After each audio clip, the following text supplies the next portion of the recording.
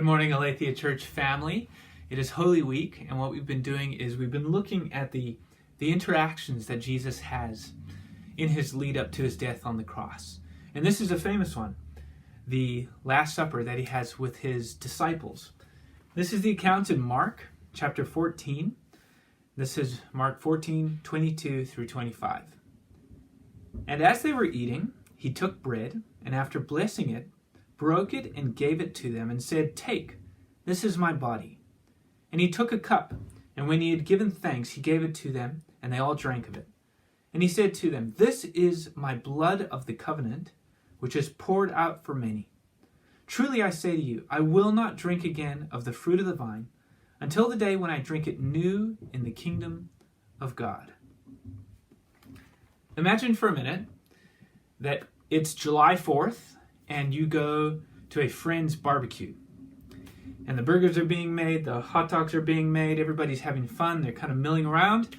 And the moment comes to eat together, and the host pauses and says, just before we eat, I just want to remember what we're gathered here for. And he says, let's remember that it is New Independence Day. I imagine you might be quite perplexed and quite confused. I think that's a little bit like what's going on here, maybe in the disciples' minds. Because remember, if you've been a follower of Jesus for any amount of time, we read this account and we think of the Christian practice of communion. Yet, for the disciples in this moment, this was a Passover meal. It was something that they did every single year, and it had very clear symbolic links to to a different story out of their history.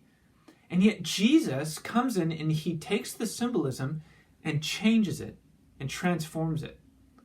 And this is significant.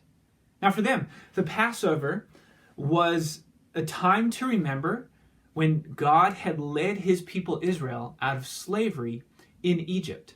And these two specific symbols, the bread that Jesus breaks, and then the cup that represents blood, these were part of the Exodus story. Specifically, bread was part of the meal that the Israelites cooked the day before the final plague and before they were released to go out of Egypt. If you remember the story, where the lamb is killed and the doorposts are painted and the angel of death passes over, that's what the bread is meant to remind them of.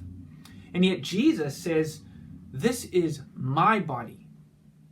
And then he moves to the cup.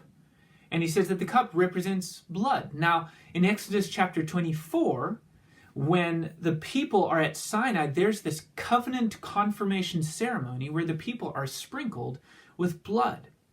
Now, that might sound strange to us, but it's confirming what God is promising, that they will be his people and he will be their God.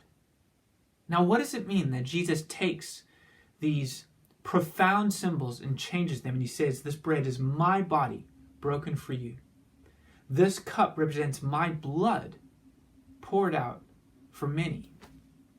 It means that Jesus, through his death, has secured a greater exodus for God's people. And it's freedom not from slavery in Egypt, but from slavery to sin and shame.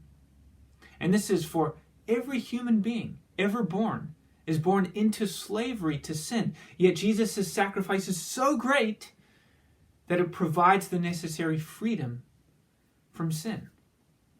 And then we're told that his blood is for the forgiveness of sins. And then he has this line where he says, "Truly I say to you, I will not drink again of the fruit of the vine until the day when I drink it new in the kingdom of God." For the Israelites, this Passover memory moment reminded them of when God confirmed the covenant with them in Exodus chapter 24. But Jesus dying on behalf of sinners means that there is coming a moment where Jesus is going to host a different kind of banquet in the kingdom of God. And all shame and all death is going to be sent out of his kingdom. And we will celebrate new with Jesus as God's lordship spreads over the entire world. My friends, as we are in quarantine, and yet we're this week and this weekend going to remember what Jesus Christ has done, I think it's a profound moment to hold on to this hope that through his death, Jesus has secured a greater exodus for God's people. Take heart in that and find hope in that. God bless you.